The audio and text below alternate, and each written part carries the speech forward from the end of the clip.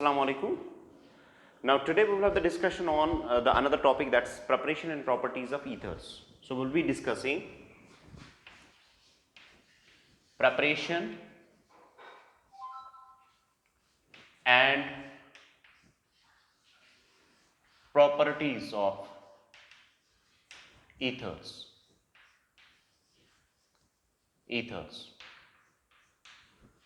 Already जो ethers की reactions हैं उनमें से बहुत सारी रिएक्शंस जो है हमने डिस्कस किए. ईथर काफ़ी छोटा है तो कुछ रिएक्शंस ऑलरेडी हमने डिस्कस किए हैं. यहाँ पे मैं थोड़ा और उसके बारे में बताऊंगा, और जो रिएक्शंस ऑलरेडी डिस्कस्ड है उनका मैं थोड़ा जिस्ट आपको दूंगा, और उसके बाद we will have those reactions जो हमने नहीं पढ़ी है, ठीक है, उनके बारे में बताऊंगा कि असल में ये न्यूक्लियोफिलिक सब्स्टिट्यूशन ही है. जैसे न्यूक्लियोफिलिक सब्स्टिट्यूशन होती है, एक्चुअली यहाँ पे भी SN1 SN2 ही यूज होता है, कंसेप्ट सेम है. और इसके बाद we will have the discussion on the next topic. So it's a very small topic that we need to discuss. ठीक है, so let's have a discussion on the preparation of ethers. Preparation of ethers हम देखें. Preparation of ethers. Preparation of ethers. अब preparation of ethers जो है, हम इसको एक मेथड है from alcohols. One of the method is from alcohols.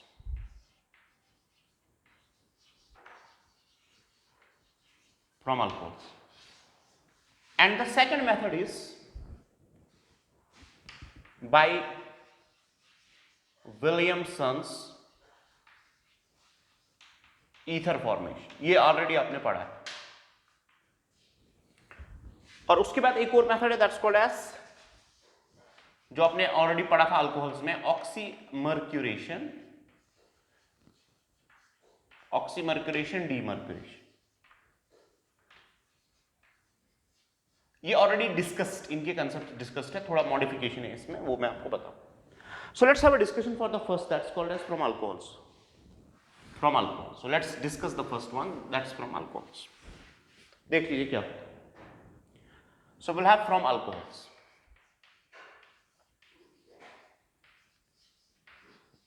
From alcohols.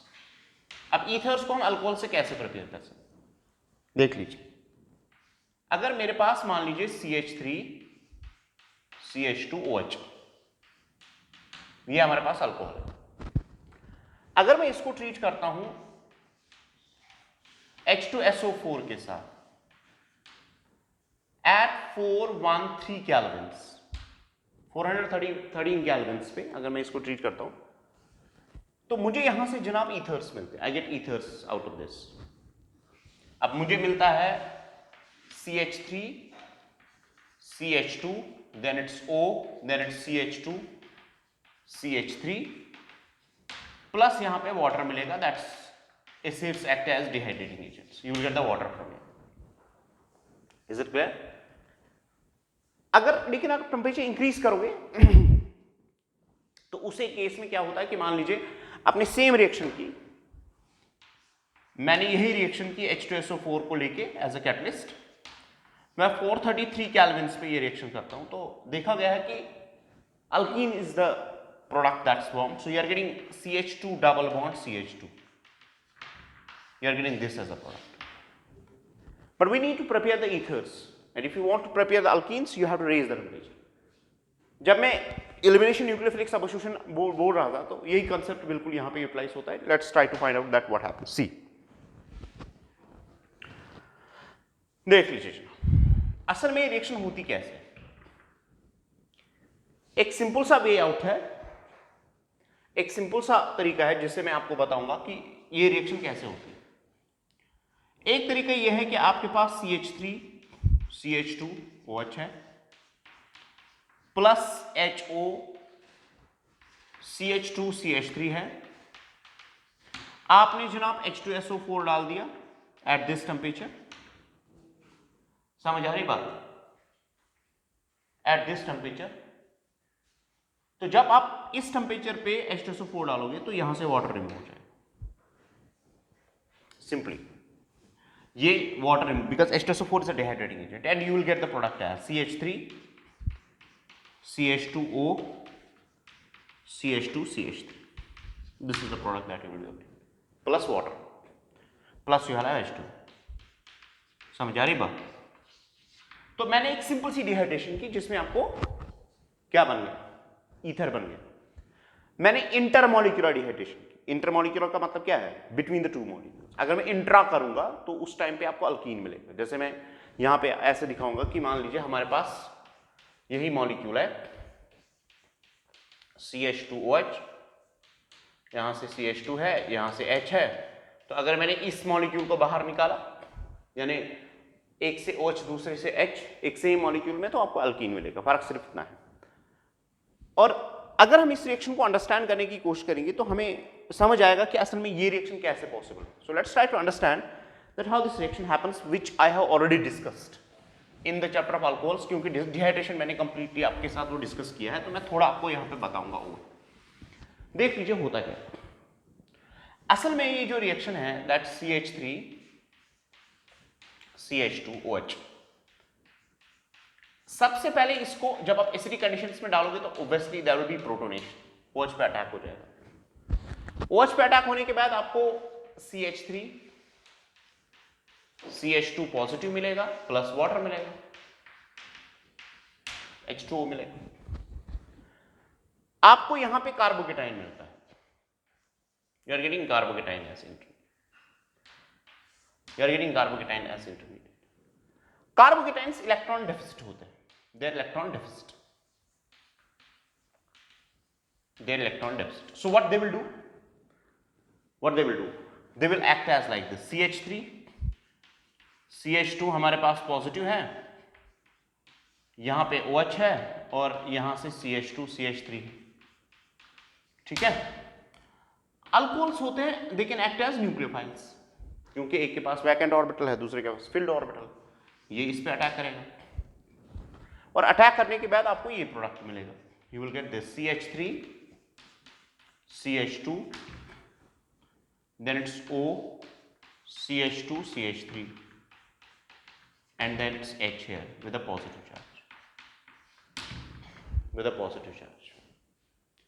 अब यहां इसको अगर हम मान लीजिए आपके पास वाटर है तो वाटर जो है वो इस H पॉजिटिव को निकालेगा, तो आपको product simply CH3 CH2O CH2 CH3. बात समझ में आई? तो you are getting ether as a product. अब यहां पे हुआ क्या, अगर हम यहां पे देखेंगे तो यहां पे हुआ क्या, देखिए. नाउ हियर अल्कोहल जो है it's acting as a nucleophile. It's acting as a nucleophile. It's attacking electron deficit centre. समझ आ रही बात? तो जब ये इलेक्ट्रॉन डेफिसिट सेंटर पे अटैक करता है तो प्रोडक्ट फॉर्मेशन आपको होती है.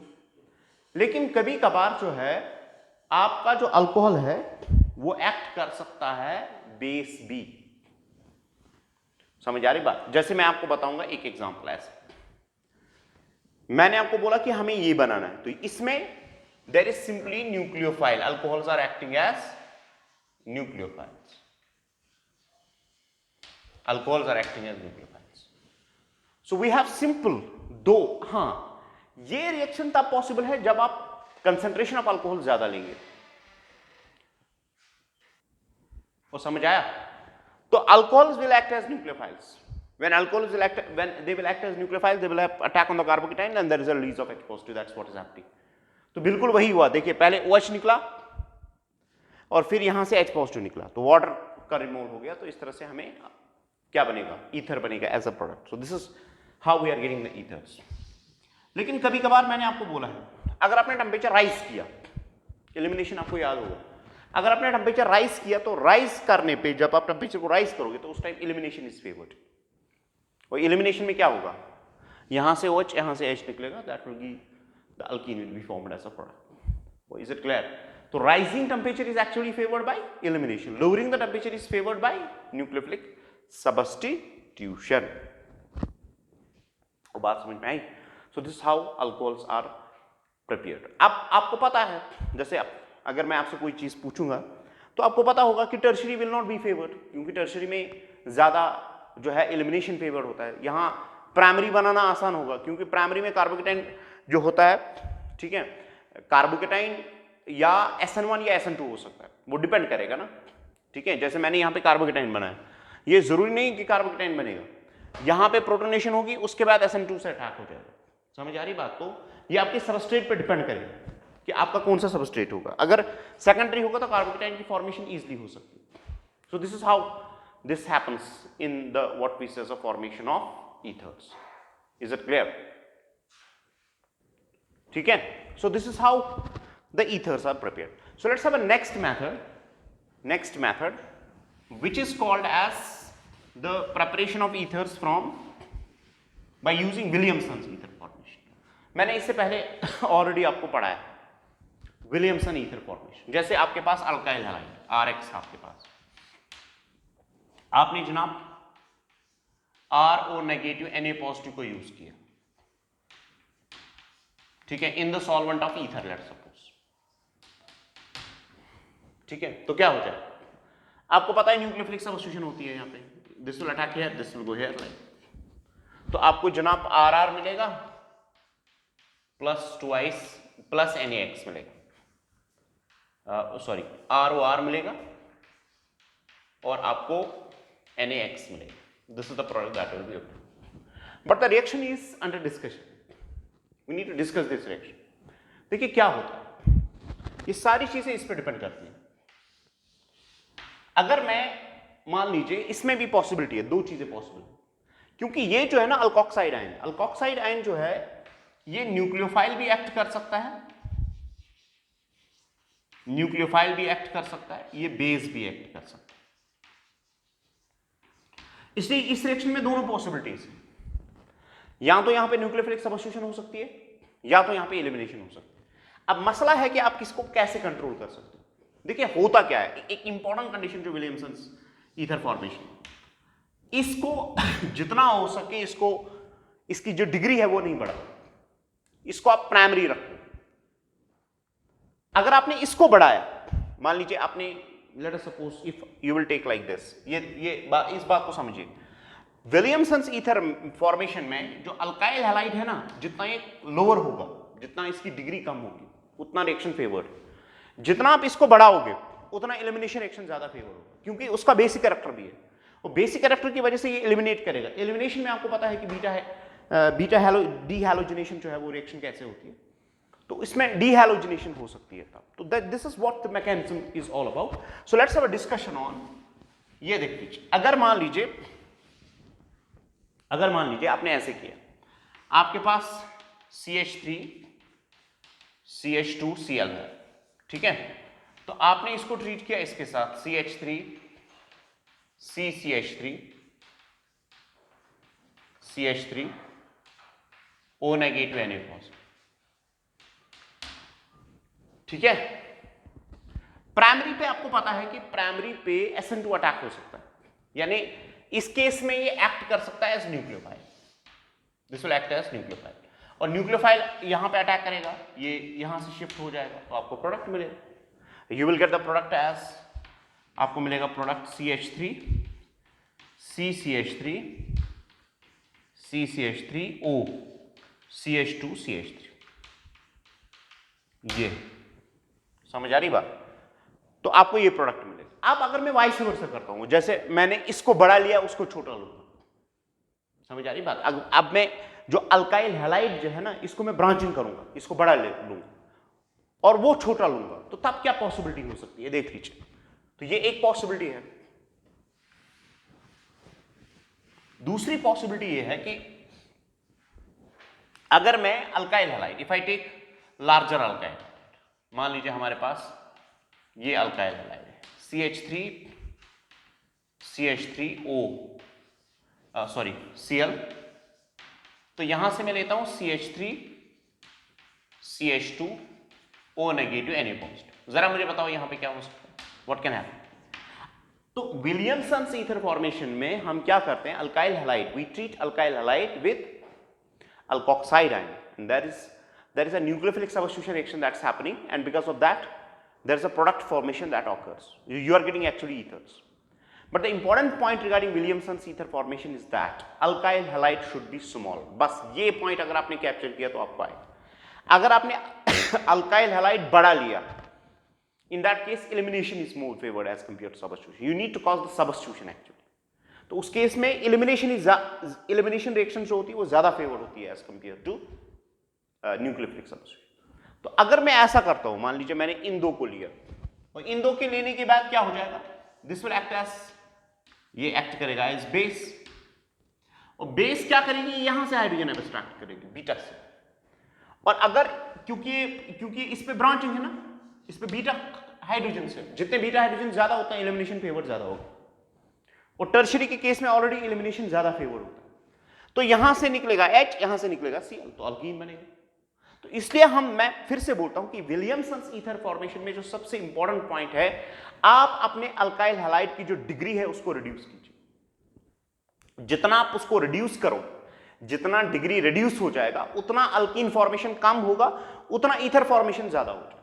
तो इसका मतलब यह है कि अगर मान लीजिए मेरे पास ये इसको अटैक करता है, तो इसका मतलब यह है कि आपको प्रोडक्ट मिलेगा CH3C double bond CH2 single bond CH3 plus CH3 CH2OH plus NaCl। This is the product that's formed, क्योंकि जब ये लेगा यहां से H पॉजिटिव लेने के बाद Cl जो है Na के साथ जाएगा और उसके बाद जो है मैकेनिज्म ऑपरेट यहां पे करेगा एलिमिनेशन टाइप। तो ये एलिमिनेशन टाइप, तो ये मैं आपको बोल रहा हूं, मैं फिर से बोल रहा हूं कि अल्काइल हैलाइड को जितना हो सके उतना स्मॉलर ले लो विलियमसन्स ईथर फॉर्मेशन में, so as to cause more nucleophilic substitution. ठीक है, बेस को अगर आप कितना भी बढ़ाओगे ना, मान लीजिए आपने बेस बड़ी की, उससे कोई फर्क नहीं पड़ेगा जब तक कि आपका अल्काइल हैलाइड टर्शियरी नहीं होगा, क्योंकि टर्शियरी के केस में हमारे पास जो है वो ज्यादा फेवर करता है एलिमिनेशन को। अगर आपका प्राइमरी है और यहां से बेस बड़ी है, यानी न्यूक्लियोफाइल बड़ा है, बेस बड़ी होने का मतलब ये नहीं कि एलिमिनेशन विल बी फेवर्ड, क्योंकि वहां से जो सबस्ट्रेट है वो उसको प्रॉपरली उसको एलो नहीं करता, तो उस वजह से जो है nucleophilic substitution will be favoured. So Williamson's ether formation मैंने ऑलरेडी डिस्कस किया है। I have discussed this in the chapter of alkyl halides. You can see it once again there. I have discussed that dehydration of alcohols yet again in the chapter of alcohols. आप उसको फिर से देख सकते हो। तो लेकिन मैंने सोचा कि आपकी जो शायद आप बोलोगे कि सर ने मान ईथर्स नहीं पढ़ा है, ठीक है, फिर मान ऐसे छोड़ दिया है, तो ऐसी चीज़ें नहीं होनी चाहिए। तो that's the reason I came up with you to discuss the different important aspects. तो ये है जनाब another reaction, ठीक है। तो आप एक और रिएक्शन है, मैं मान लीजिए ये आपके सिलेबस में नहीं है, लेकिन मैं आपको थोड़ा इसके बारे में बताऊंगा कि होता क्या है। हमने ऑलरेडी पढ़ा है कि ऑक्सीमर्क्यूरेशन डीमर्क्यूरेशन, ठीक है।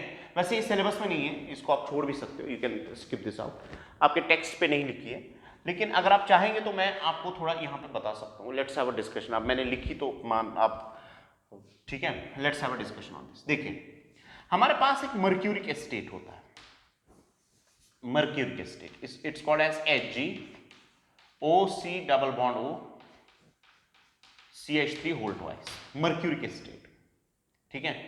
फिर हम यूज करेंगे अल्कोहल को ROH को, और फिर हम यूज करेंगे सोडियम बोरोहाइड्राइड। ये है हमारे पास रिएजेंट्स, यानी इतने सारे रिएजेंट्स जब आप यूज करोगे, मर्क्यूरी के स्टेट यूज करोगे, सोडियम बोरोहाइड्राइड यूज करोगे और अल्कोहल यूज करोगे। इन सब के होने से क्या होगा, एक सिंपल सी रिएक्शन होती है, ये जो है ना, ये डबल बॉन्ड पे ऐड होता है, यानी ये सारा माजरा जो है डबल बॉन्ड पे एडिशन कर रहा है, और डबल बॉन्ड पे एडिशन होता है by M rule, that's called as, you know that what rule that's called as Markovnikov. जरा मुझे बताओ क्या हो जाएगा, ठीक है। जरा अगर ROH आपके पास है, ठीक है, ROH आपके पास है, तो यहां पे क्या हो जाएगा, मतलब अल्कोहल जो है ये डबल बॉन्ड को ऐड करके कौन सा प्रोडक्ट बताएगा। मार्कोव-विल्कोक्स रूल जो है, अल्कोहल जो है ये ऐसे ब्रेक होता है, RO negative and H positive. मुझे बताओ कौन कहां पे जाएगा। मार्कोव-विल्कोक्स क्या बोलता है, जब भी आपको डबल बॉन्ड के अक्रॉस कोई भी चीज ऐड करनी है, तो नेगेटिव पार्ट जो है उस वाले कार्बन पे जाएगा which contains lesser number of hydrogens, और पॉजिटिव पार्ट उस वाले कार्बन पे जाएगा which contains greater number of hydrogens. तो यहां पे पाई बॉन्ड टूटेगा and you are simply getting the product like this, CH3 CHOR, then it's CH2H. This is how you are getting the product. Simple. वो बात समझ में आ रही है? This is how you are getting the product and this is how the product is obtained. तो आपको एक simple सी reaction हो जाएगी. तो यहां पे जो मर्क्यूरिक एसीटेट है, सोडियम बोराइड हाइड्राइड है, they simply actually help this reaction to cause, and there is a simple Markov-Vinkov's addition that happens, and this is the product that's obtained. So we are getting the product as ethers. अगर आपने water यहां पे use किया हो, मान लीजिए आपने water same reagent के आप वाटर यूज करते हो, तो मुझे क्या आप बता सकते हो प्रोडक्ट क्या होता? वाटर के पास H पॉजिटिव OH नेगेटिव, ठीक है. H पॉजिटिव OH नेगेटिव की वजह से क्या हो जाता? एक यहाँ पे अल्कोहल बनता, एक के पास OH जाता, दूसरे के पास H पॉजिटिव जाता.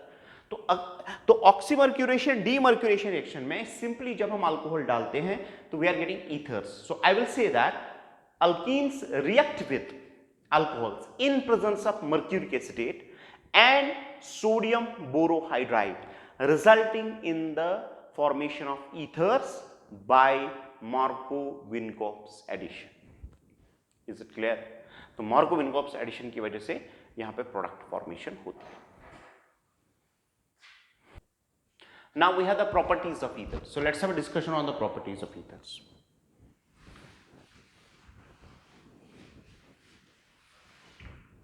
So we have the discussion on properties of ethers.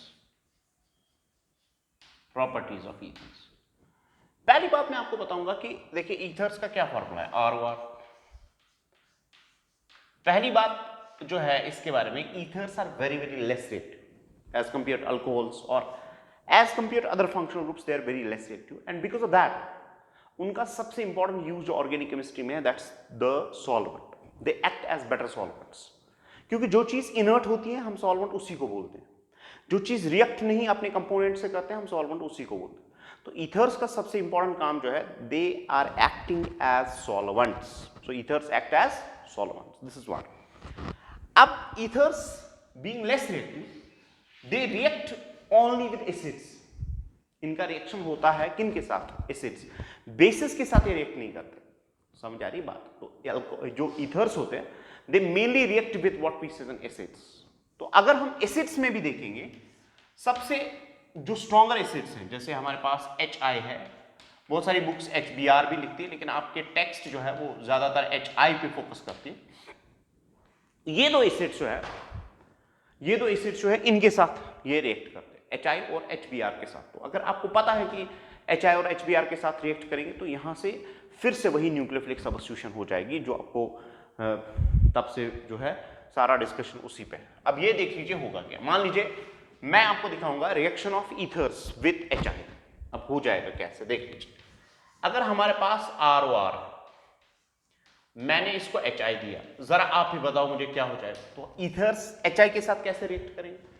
HI H positive देगा, वो इसको प्रोटोनेट करेगा, आपको ये बनेगा ROR, और यहां से जनाब H आपको आएगा, यहां पे पॉजिटिव चार्ज आएगा.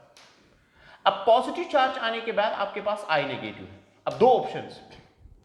I नेगेटिव एक बेटर न्यूक्लियोफाइल है, याद है, बहुत दिन हो गए तब से जनाब, ठीक है. तो वो पुरानी चीजों को याद दिलाना अब मुझे लगता है वो भी अब भूल गए होंगे, ठीक है. तो यहां पे जो I नेगेटिव है, I negative is a better nucleophile, और I नेगेटिव अगर बेटर न्यूक्लियोफाइल है तो अब mechanism depending upon the substrate, this can be SN1 और this can be SN2.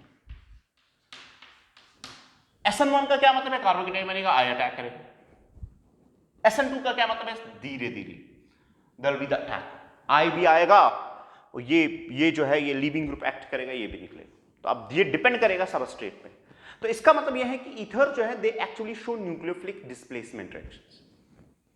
Is it clear? They show nucleophilic displacement reactions, and iodine is acting as a better nucleophile, with the result it attacks, and depending upon the substrate the mechanism can be SN1 or SN2, which you have already studied, and it comes most of the times जो है इस पे बात होती ही रहती है. अब यहाँ पे देख लीजिए, मान लीजिए हमारे पास अब अगर मैं ऐसा करता हूं, मैं इसको भी प्राइमरी लेता हूं, इसको भी प्राइमरी लेता हूं, दोनों को मैं प्राइमरी लूं, उस टाइम पे प्रोडक्ट फॉर्मेशन कैसे हो?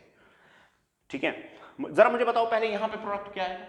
मान लीजिए आई ने इस पे अटैक किया, ये यहां से जाएगा, तो आपको क्या मिलेगा, R I plus H O R, आपको ये प्रोडक्ट मिलेगा। ठीक है, तो आपको अल्काइल हैलाइड मिलेगा, ये इस पे अटैक करेगा, ये निकलेगा। अब डिपेंड करता है कि ये फुल पॉजिटिव चार्ज था तब अटैक हो जाएगा SN1 से, डिपेंड करेगा इस पे डेल्टा पॉजिटिव चार्ज है तो अटैक बैक साइड से हो जाएगा।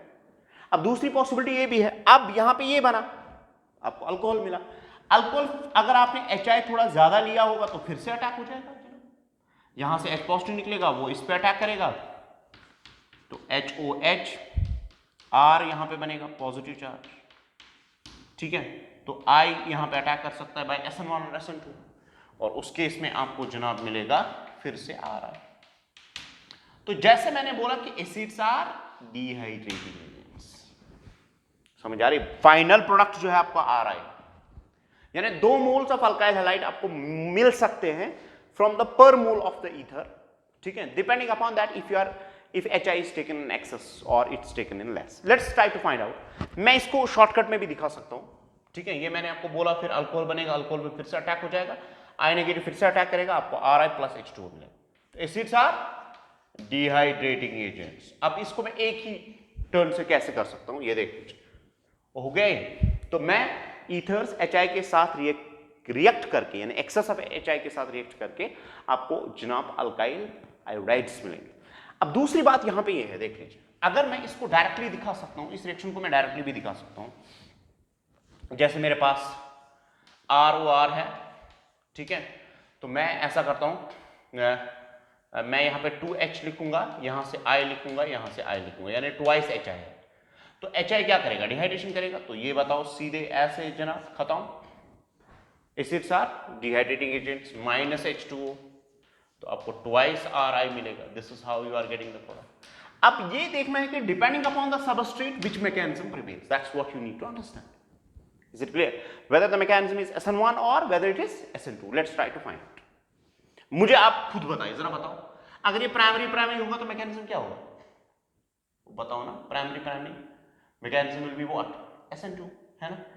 अगर ये सेकेंडरी भी होगा तब भी मोस्टली बहुत केस में जो है मैकेनिज्म वो फिर सॉल्वेंट कंडीशंस पे डिपेंड करता है। SN जो सेकेंडरी होगा उसमें दोनों कंडीशंस ऑपरेट हो सकते हैं, SN1 as well as SN2, जो कि फिर बाकी कंडीशंस पे डिपेंड करता है।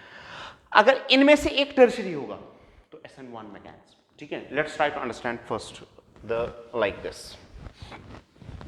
देख लीजिए, मान लीजिए आपके पास ये CH3O CH2 CH3, ठीक है, मैंने इसको डाला HI, दोनों प्राइमरी है, कौन सा मैकेनिज्म हो जाएगा, SN2, क्या निकलेगा यहां, H पॉजिटिव, वो अटैक करेगा इस पे, प्रोडक्ट जो है CH3O CH2 CH3, और यहां पे H with a positive charge यहां पे आएगा।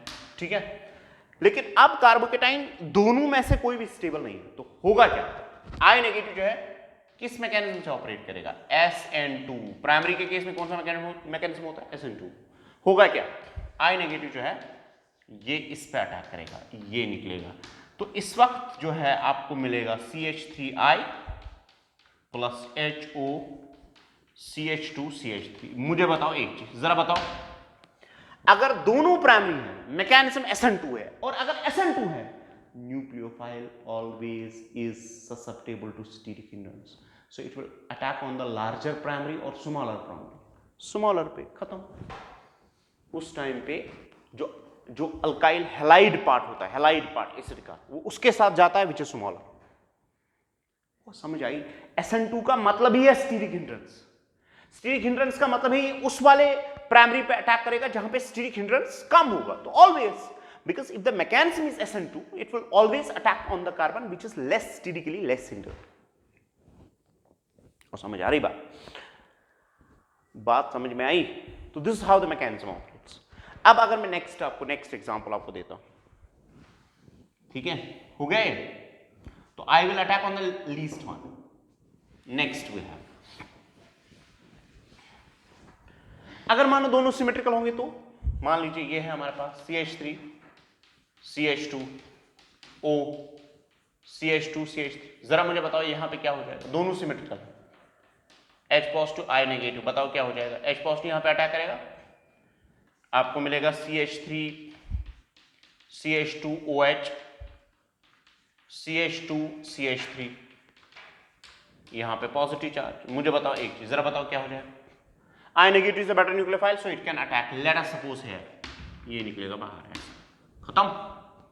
आपको मिलेगा ऐसे CH3 CH2OH प्लस CH, ये इस वाले कार्बन पर अटैक करेगा, सॉरी, क्योंकि यहां से बॉन्ड ब्रेक हो रहा है, तो ये इसको अटैच्ड ग्रुप है, तो आपको मिलेगा CH2I, तो यहां से CH3। This is the product that will be produced. Is it clear? So you are getting the product as if it's a symmetrical. If it's asymmetrical, then if the mechanism is SN2, then the attack of the nucleophile will always occur on the smaller alkyl group. Is it clear? अब दूसरी बात, मान लीजिए हमारे पास next जो है ये,